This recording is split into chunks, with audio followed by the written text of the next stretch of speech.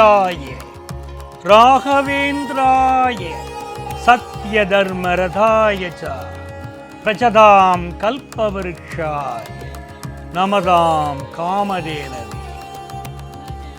ஸ்ரீ ராகவேந்திர சுவாமிகள் திருக்கோயில் சாலிகிராமம். இன்று நாம் இந்த பிருந்தாவனத்தை தான் தரிசிக்கப் போகிறோம்.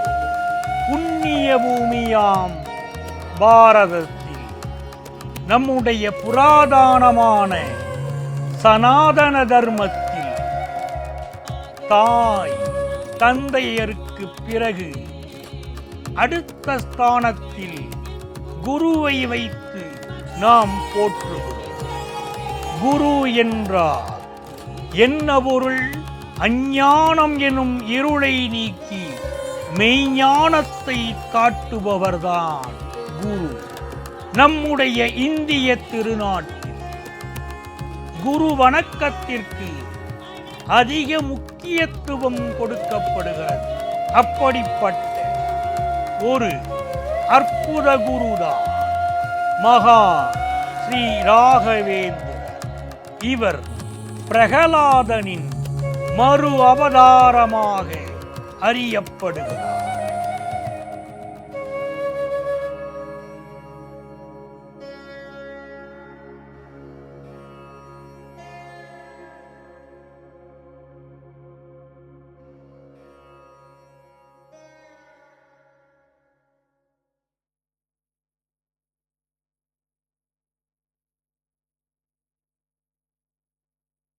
ராகவேந்திர சுவாமிகளின் மூல பிருந்தாவனம் ஆந்திர மாநிலம் மந்திராலயத்தில் அமைந்துள்ளது.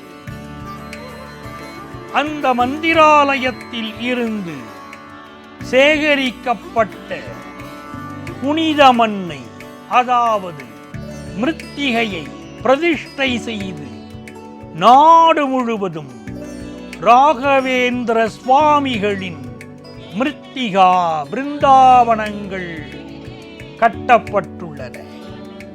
இப்படிப்பட்ட மிருத்திகா பிருந்தாவனங்களில் மந்திராலயத்திற்கு நிகரான மகத்துவம் இருப்பதாக ஐதீகம்.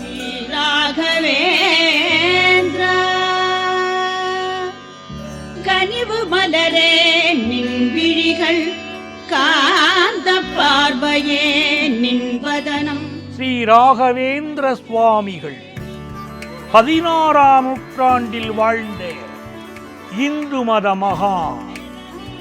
வைணவ நெறியையும் மத்வ நெறியையும் நிலைநாட்டிய துவைத மதத்தையும் போதித்தவர் ராகவேந்திர மகான். விஷ்ணு பக்தரான பிரகலாதரின் அவதாரம். தனது ஆயுள் காலத்தில் பற்பல அற்புதங்களை இவர் நிகழ்த்தியிருப்பதாகவும் இன்றும் தனது பக்தர்களுக்கு ஆசியும் அருளும் புரிந்து கொண்டிருக்கிறார் என்பதை நாமெல்லாம் கண்கூடாக காண்கிறோம், நிஜமாக உணர்கிறோம். ஆந்திர பிரதேசத்தில் உள்ள மந்திராலயம் என்ற இடத்தில் உள்ள பிருந்தாவனத்தில் இவர் உயிருடன் சமாதி, ஜீவ சமாதி நிலையை அடைந்தார். ஸ்ரீராகவேந்திரா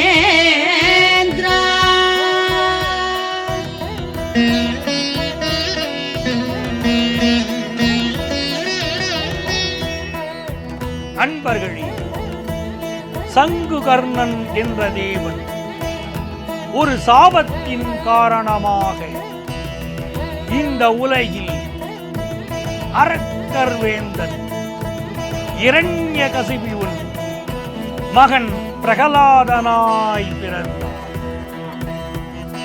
மகாவிஷ்ணுவின் மேல் இருந்த தீவிர பக்தியினால் பிரகலாதன் அரக்கன் இரண்யகசிபுவை வதம் செய்ய நரசிம்ம அவதாரம் எடுத்தார்.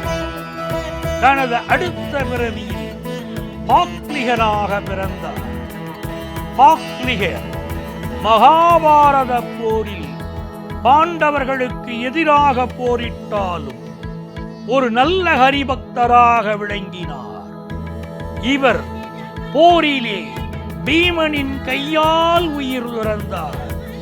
அடுத்த பிறவியில் வியாசராயராய் பிறந்தார். மத்வரின் தத்துவத்தை வழிபட்டார். அப்பிறவியில் தாம் செய்த தொண்டினால் திருப்தியடையாமல் மீண்டும் குரு ராகவேந்திரராக அவதரித்தார். குரு ராகவேந்திரராக அவதரித்தார்.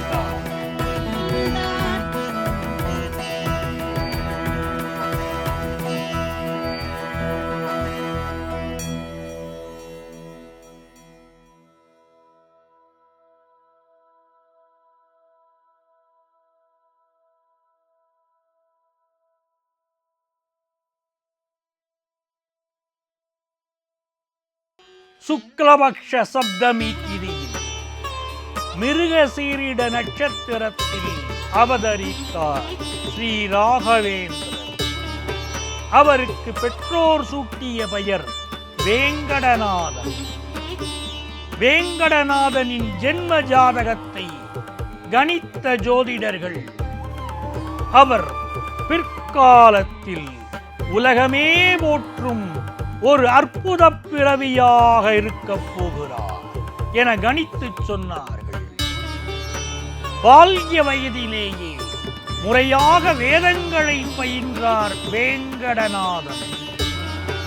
இசைக்கருவிகளை வாசிப்பதற்கு அவருக்கு பயிற்சி அளிக்கப்பட்டது. அன்பர்களே, 1602 ஆண்டில் வேங்கடநாதனுக்கு சிறந்த முறையில் உபநயனம் செய்து வைக்கப்பட்டது. சந்தியாவந்தனம், அக்னி காரியம், தேவபூஜை, ஜபம், பாராயணங்களை சிரத்தை பக்தியுடன் நிறைவேற்றிக் கொண்டு எல்லோருடைய நன்மதிப்புக்கும் பாத்திரமானார் வேங்கடநாதன். ராகவேந்திரரின் ஜீவ சரித்திர நூலாம் ஸ்ரீ ராகவேந்திர விஜயத்தில் அவரது அழகை வர்ணிக்கிறார்கள். தனது 18ஆம் வயதில் முகத்தில் ஒளியுடன் மிகுந்த தேஜசுடன் காணப்பட்டாராம் வேங்கடநாதன். பல ஊர்களுக்கு சென்றார்.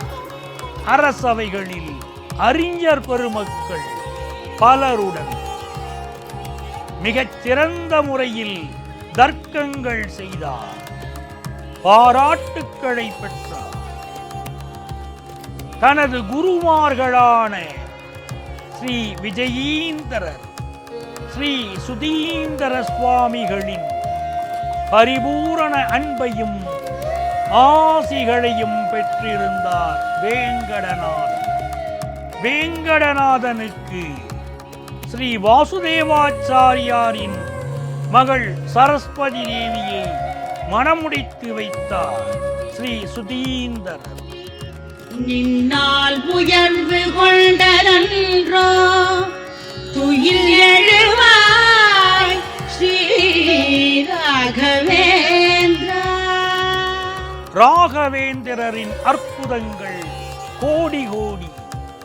இந்த மண்ணிலே வாழ்கின்ற பலருக்கும் வாழும் காலத்திலேயே உங்கள் துன்பங்கள் தீரவும் உங்கள் நியாயமான கோரிக்கைகள் நிறைவேறவும் ராகவேந்திரர் இன்றளவும் அருள் புரிந்து வருகிறார். ஒரு முறை வேங்கடநாதனை ஒரு செல்வந்தர் தன் வீட்டு பூஜை அறையில் பங்கேற்றுவிட்டு போஜனம் செய்ய அழைத்தார்.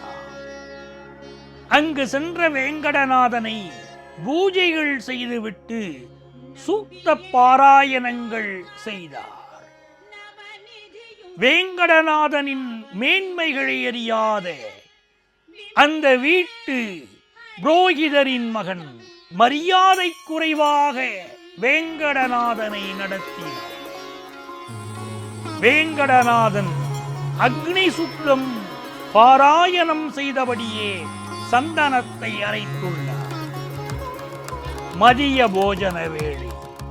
போஜனத்திற்கு முன்பு பூஜைக்கு வந்தவர்கள் வேங்கடநாதர் அரைத்துக் கொடுத்த சந்தனத்தை உடம்பில் பூசினார்கள். கடும் நெருப்பு போல் உடம்பிலே ஒரு எரிச்சல் உண்டாகியது. அப்போதுதான் வேங்கடநாதனை அவமதித்த தவறை உணர்ந்தார் அந்த வீட்டின் புரோகிதர்.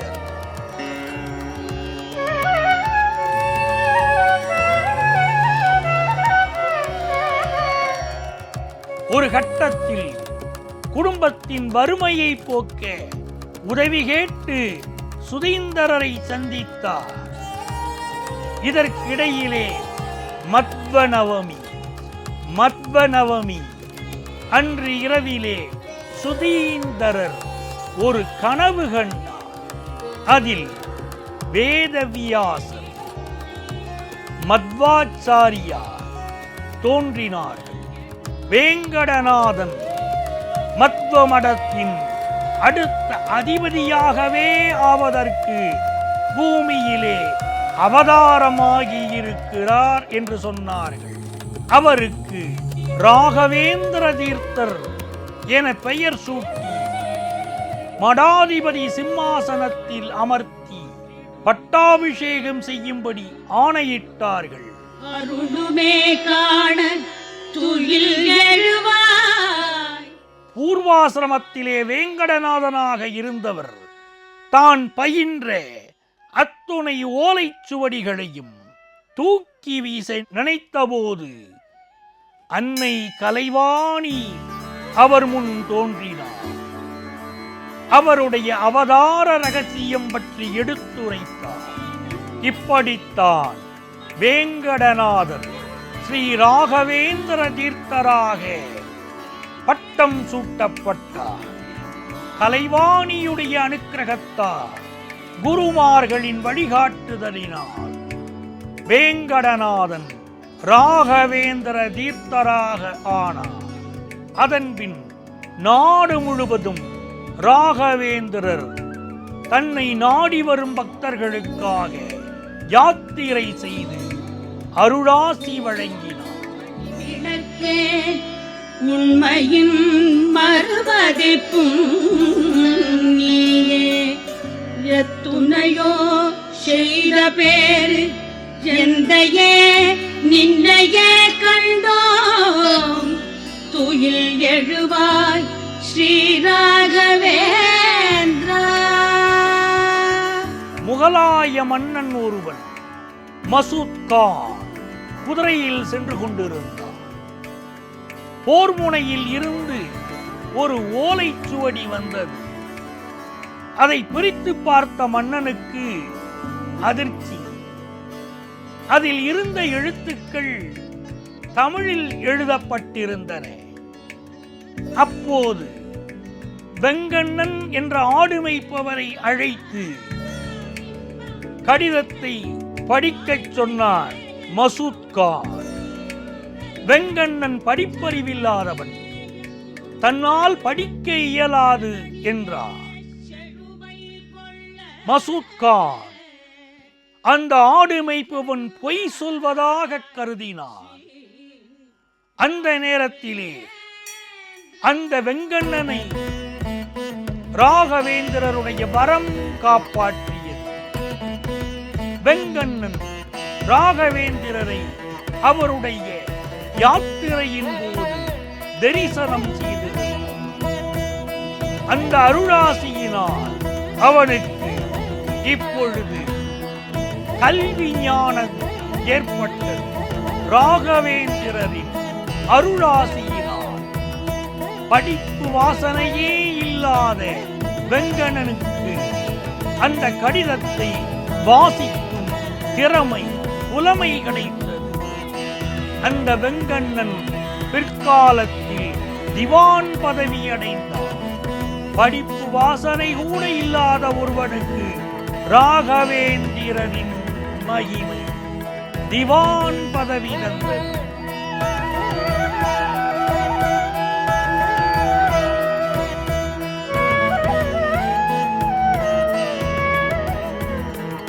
முன்பொரு சமயம் ஆந்திர மாநிலத்தில் இருக்கும் ஆதோனி என்ற ஊருக்கு செல்கிறார் ராகவேந்திரர். அங்குதான் வெங்கண்ணன் சபையிலே அரச அவையிலே இருக்கிறார். நவாப் சித்தி மசூத் கானிடம் ராகவேந்திரரின் வருகையை தெரிவிக்கிறார். ராகவேந்திரரை பரிசோதிக்க எண்ணுகிறான் மசூத் கான். தன் சிம்மாசனத்தில் அமர்கிறார். சுவாமிகளுக்கு ஒரு தட்டிலே மது மாமிசம் படைத்து மூடி காணிக்கையாக அளிக்கிறார். ராகவேந்திரர் தன் கமண்டலத்தில் இருந்த தீர்த்தத்தை அதன் மீது தெளிக்கிறார். காணிக்கை தட்டை திறந்து காட்ட பணிக்கிறார். தட்டு திறக்கப்படுகிறது. என்ன ஒரு அதிசயம்! அதிசயம்! மசூத் கான் கொடுத்தது மதுவும் மாமிசமும். ஆனால் இப்போது அதிலே மலர்களும் பழங்களுமே இருந்தது. அப்போதுதான் மசூத் கானுக்கு தான் செய்த தவறு புரிந்தது.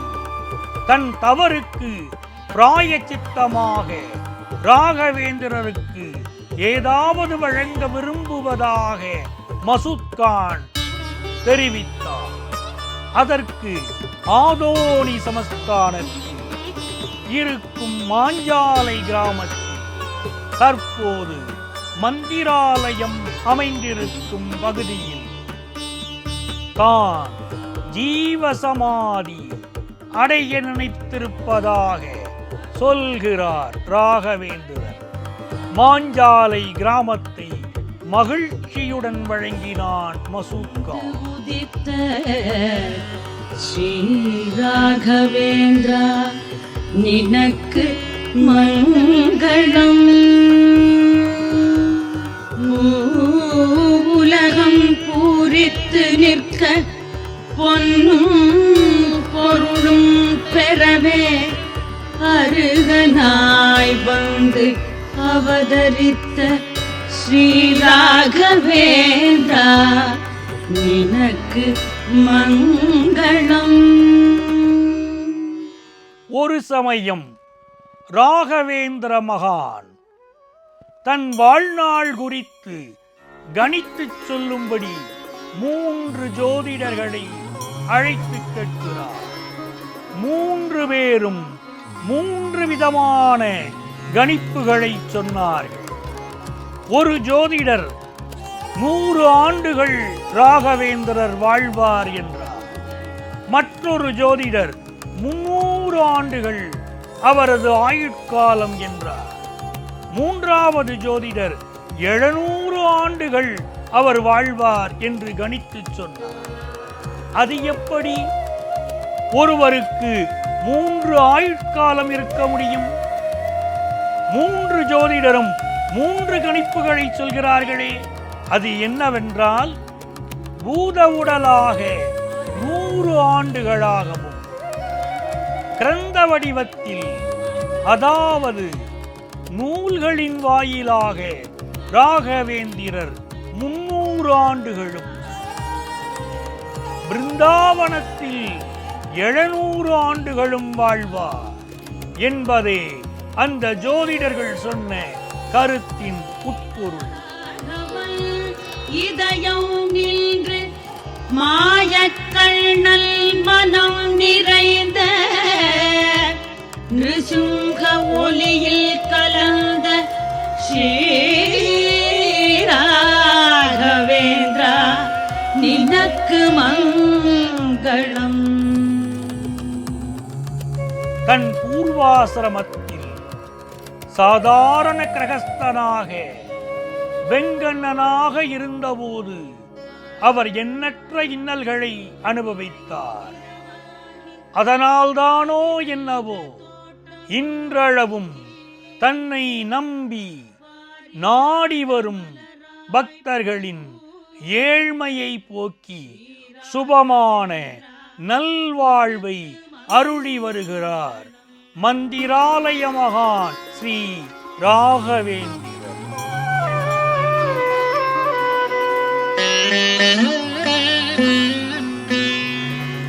பூஜ்யாய ராகவேந்திராய சத்ய தர்மரதாய ச பிரஜதாம் கல்பவிருக்ஷாய நமதாம் காமதேன. ஸ்ரீ ராகவேந்திரா நினக்கு மங்களம்.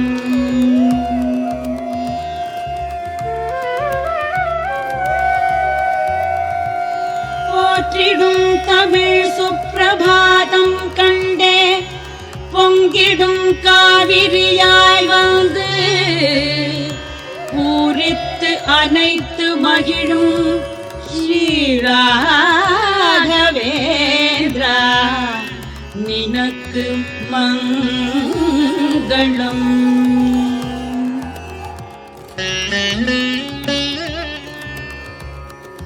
யுகங்கள் யாவுமே நிறைந்து கலியுகம் உய்ய வைக்க கருணை வடிவமாய் அவதரித்த ஸ்ரீராகவேந்திரா நினக்கு மங்களம்.